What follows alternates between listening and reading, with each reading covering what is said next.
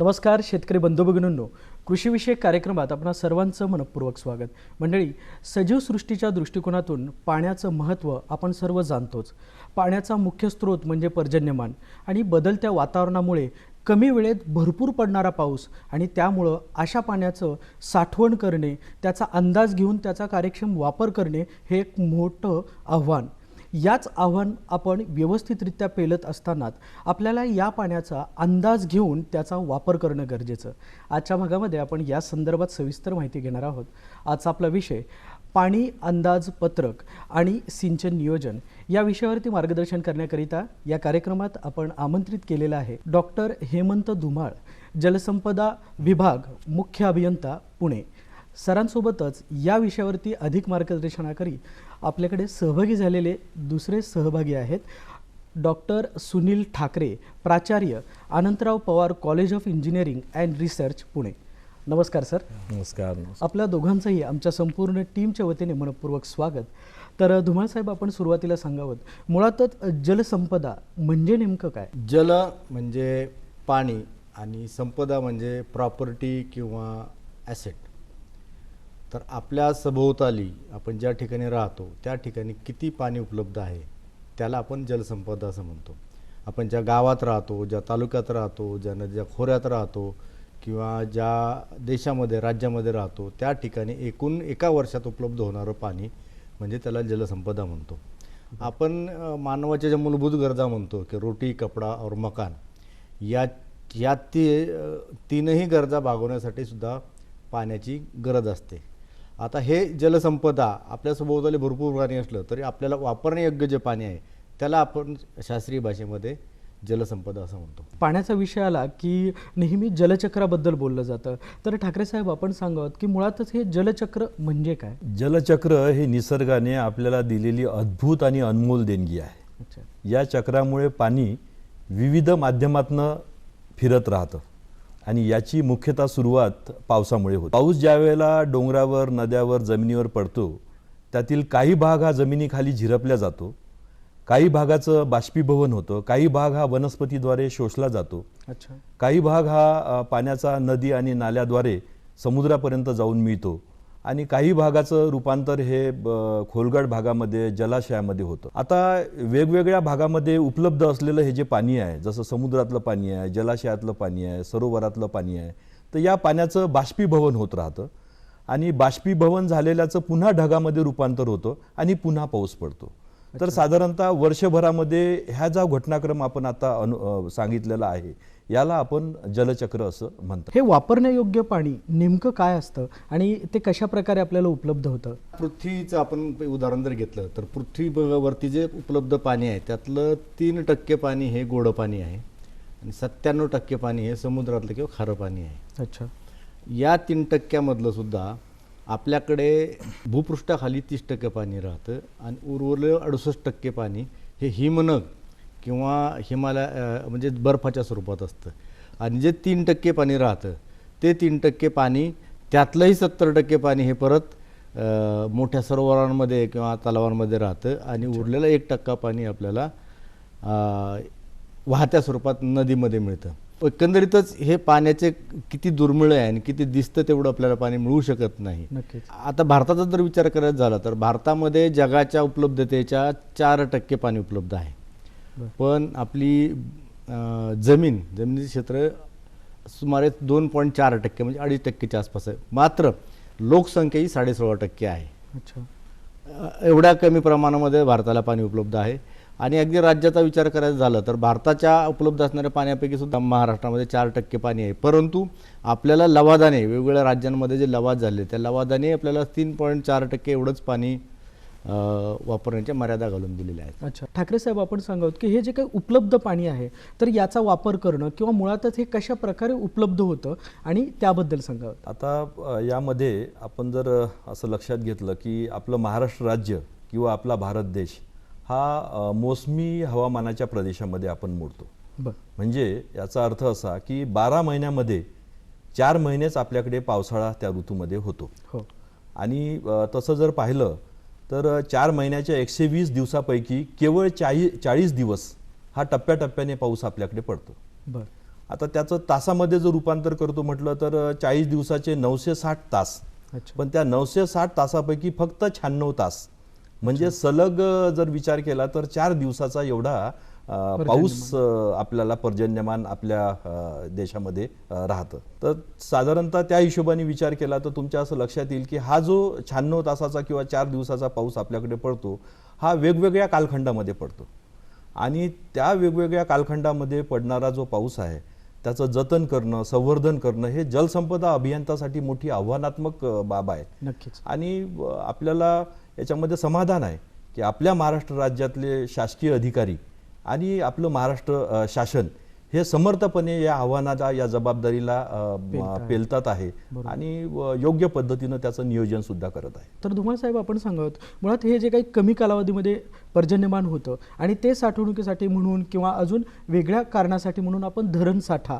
तर मुळात धरणातील जे काही पाणी आहे तर या धरणातील पाणी व्यवस्थापन आपण कशा पद्धतीने करतो? आपल्याला 4 दिवसात पडणारा पाऊस हा 365 दिवस पुरवायचा आहे.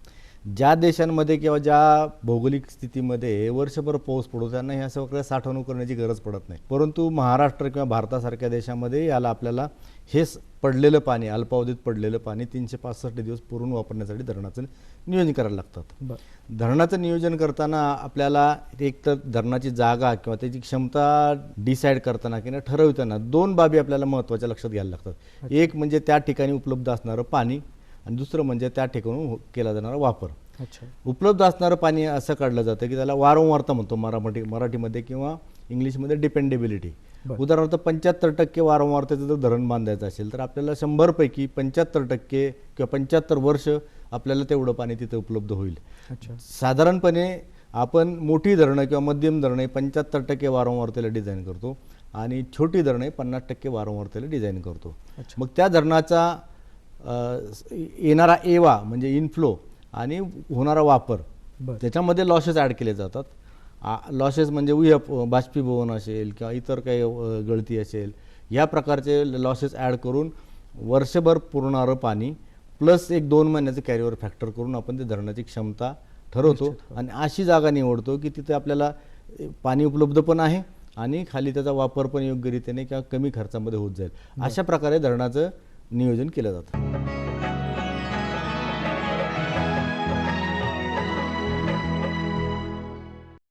सर, जसं आपण म्हणालात की मुळातच धरण साठा आणि धरणाचं आपण ज्या पद्धतीने नियोजन करतो तर याचाच विचार करता म्हणून आणि आपलं ठराविकपणे राज्याचा विचार करता होणारं पर्जन्यमान, साठवणूक आणि पाण्याचा वापर, तर एकूणच ही जी काही जलसंपत्ती आहे याबद्दल सांगावं. महाराष्ट्र राज्याचा विचार करायचा झाला तर महाराष्ट्र राज्य हे धरणांच्या बाबतीत खूप सधन राज्य आहे. कारण देशामधली सर्वात जास्त धरणं, मोठी धरणं महाराष्ट्रामध्ये आहेत. आपल्या महाराष्ट्रामध्ये एकूण 98 धरणं ही मोठी धरणं आहेत आणि 308 धरणं ही मध्यम प्रकल्पाची आहेत आणि 4000 धरणं ही लघु पाटबंधारे प्रकल्पातली आहेत. अच्छा. राज्यामध्ये एकूण 6 नद्यांचे खोरे आहेत. एक छोटंसं महानदीचं खोरं जे आहे गडचिरोली जिल्ह्यात ते वगळता आणि नर्मदा खोरं एक नंदुरबार जिल्ह्यामध्ये थोडंसं आहे ते वगळता आपल्याकडे 4 मोठी खोरी आहेत. एक पहिलं खोरं येतं गोदावरी खोरं, जो की नॉर्थ महाराष्ट्र म्हणजे उत्तर महाराष्ट्र, मराठवाडा आणि विदर्भ ह्या तिन्ही रिजनला व्यापतो. त्याच्या खालोखाल आहे कृष्णा खोरे. कृष्णा खोरे हे पश्चिम महाराष्ट्रामध्ये पुणे, सोलापूर, सांगली, सातारा, कोल्हापूर या जिल्ह्यामध्ये आहे. तिसरं महत्त्वाचं खोरं आहे म्हणजे तापी खोरं. तापी खोरं हे खानदेशमध्ये आहे. आणि सगळ्यात शेवटचं पण जास्त पाणी उपलब्ध असणारं म्हणजे कोकण खोरं. कोकण खोऱ्याला अशी एक सेपरेट नदी नाही, पण कोकणातल्या ज्या नद्या सह्याद्रीच्या वरती उगम पावतात आणि समुद्राला 50-60 किलोमीटर वाहत जातात. राज्याचा एकंदरीत भौगोलिक क्षेत्राचा विचार केला तर राज्यामध्ये साधारणपणे 308 लक्ष हेक्टर एवढी जमीन आहे. त्याची डोंगर, दऱ्या आणि नद्यांचं क्षेत्र सोडून लागवडी योग्य जमीन आहे 225 लाख हेक्टर. त्यापैकी आपण सिंचनाखाली आणू शकतो ती साधारणपणे 120 लाख हेक्टर. अच्छा. आणि 120 लाख हेक्टर मध्ये सुद्धा 40 लाख हेक्टर ही आपण भूपृष्ठाखालील पाण्यावरून 80 लक्ष आपण सरफेस इरिगेशन किंवा भूपृष्ठावरील सिंचनाने करू शकतो. अशा पद्धतीची परिस्थिती आहे. आपण आतापर्यंत महाराष्ट्र राज्याने 80 लाख हेक्टरपैकी साधारणपणे 52 लाख हेक्टर एवढी अचिव्हमेंट केलेली आहे. अजून एक याचं वैशिष्ट्य असं आहे की महाराष्ट्रामध्ये जे 100% पाणी जर आपण धरलं तर त्यातलं 56% पाणी हे कोकण प्रदेशामध्ये आहे, बरं. जे की 2-3 तासामध्ये समुद्राला जाऊन मिळतं आणि त्याचा भूभाग फक्त 4% आहे. उरलेल्या 44% पाण्यामध्ये आपल्याला 96% भागाला पाणी द्यायचं आहे. म्हणजे याच्यामध्ये तफावत फक्त कालाची नसून भागाची सुद्धा तफावत आहे आपल्याकडे. म्हणून आपल्याला हे पाणी वापरण्यासाठी मोठ्या प्रमाणात नियोजन करायला लागतं आणि मोठी धरणं बांधायला लागतात. जास्तीत जास्त पर्जन्यमान जे होतं ते कोकण भागामध्ये होतं आणि मग खूप कमी कालावधीमध्ये झालेला पाऊस हा लगेच समुद्रापर्यंत बरोबर. पोहोचलं जातं हे पाणी आणि त्याचा वापर करणं मग आपला टळला जातो. तर मग अशा परिस्थितीमध्ये धुमाळ साहेब आपणच सांगा की मग या पद्धतीने होणारं पर्जन्यमान आणि मग अशा या कोकणातील पडणाऱ्या पर्जन्यमानाला आपल्याला त्याचं साठवणूक किंवा त्याचं वहन जे आहे ते ज्या भागामध्ये कमी पाऊस पडतो तर या बाजूकडे आपल्याला त्याचं वहन करता येऊ शकतं का?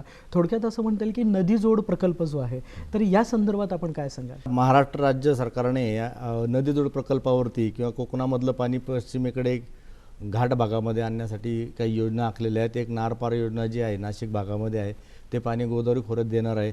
आता कृष्णा खोऱ्यामध्ये पानशेत, वरसगाव किंवा मुळशी या धरणांच्या पश्चिमेकडे जे समुद्राला वाहून जाणारं पाणी आहे त्याचं सर्वेक्षणाचं काम हाती घेतलेलं आहे आणि ते आता लवकरच योजना तयार होत आहेत. आपण जसं म्हणालात की जे पाणी साठवणूक केली जाते ते साठवणूक झालेलं पाणी त्याचा आपल्याला अंदाज घेणं गरजेचं असतो.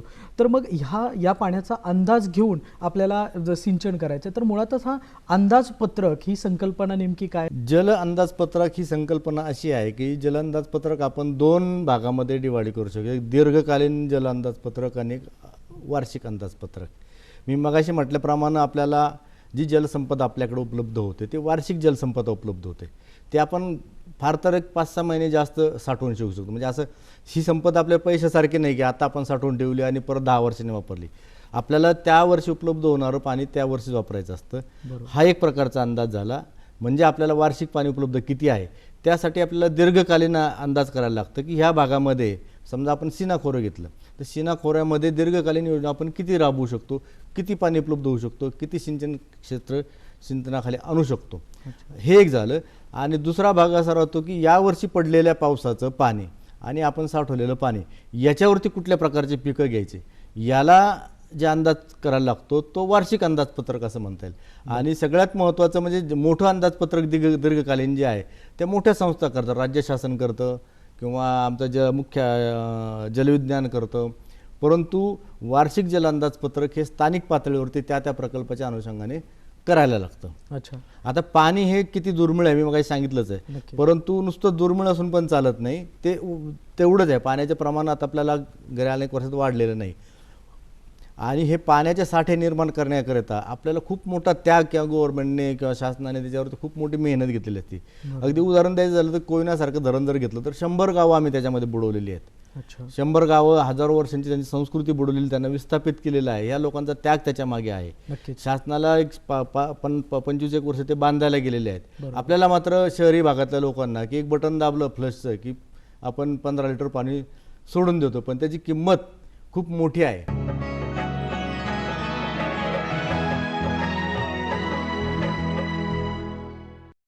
पाण्याचं अंदाजपत्रक हे मुळात कशा पद्धतीने तयार केलं जातं आणि मग यासाठी म्हणून शेतकरी बांधवांसाठी असेल, औद्योगिक विभागासाठी असेल, नागरिकांसाठी म्हणून असेल, तर मग एकूणच या अंदाजपत्रकाच्या मार्गदर्शक ज्या काही सूचना असतात त्याबद्दल सांगावं. पाण्याचं अंदाजपत्रक मी आता सांगितल्याप्रमाणे 2 प्रकारचं असतं, एक दीर्घकालीन एक वार्षिक अंदाजपत्रक. दीर्घकालीन अंदाजपत्रक हे त्या खोऱ्यामध्ये उपलब्ध होणारं पाणी किंवा त्या खोऱ्यामध्ये इतर खोऱ्यातून म्हणजे तुटीच्या खोऱ्यामध्ये मुबलक खोऱ्यातून पाणी आणून त्याचं बजेटिंग केलं जातं आणि त्या प्रकल्पाचं नियोजन केलं जातं. त्यासाठी गव्हर्नमेंट ऑफ महाराष्ट्राने किंवा महाराष्ट्र शासनाने जलविज्ञान हे एक युनिट वेगळं तयार केलेलं आहे. याचं कसं नियोजन असावं, एक डॉक्टर माधवराव चितळे यांच्या अध्यक्षतेखाली एक सिंचन आयोग 95 साली नेमलेलं होतं.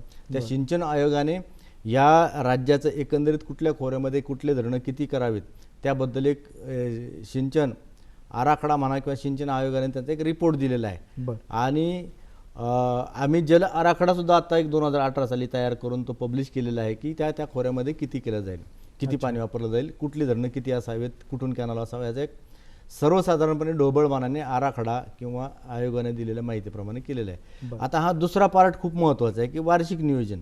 समजा आपण एखादा कुकडीसारखा किंवा उजनीसारखा प्रकल्प घेतला तर उजनीसारख्या प्रकल्पामध्ये त्या वर्षी 15 ऑक्टोबरपर्यंत किंवा शेवटचा पाऊस पडला तोपर्यंत किती पाणी उपलब्ध आहे, बरं. खरीपमध्ये पावसाळ्यामध्ये किती पाणी वापर झालेला आहे, आता जमिनीमध्ये ओलावा किती आहे, पाण्याची गरज केव्हा लागेल, याचा 15 ऑक्टोबरला किंवा त्या शेवटचा पाऊस पडला त्या दिवशी अंदाज घ्यायचा आणि त्याप्रमाणे पिकांचं किंवा पाण्याचं नियोजन करायचं.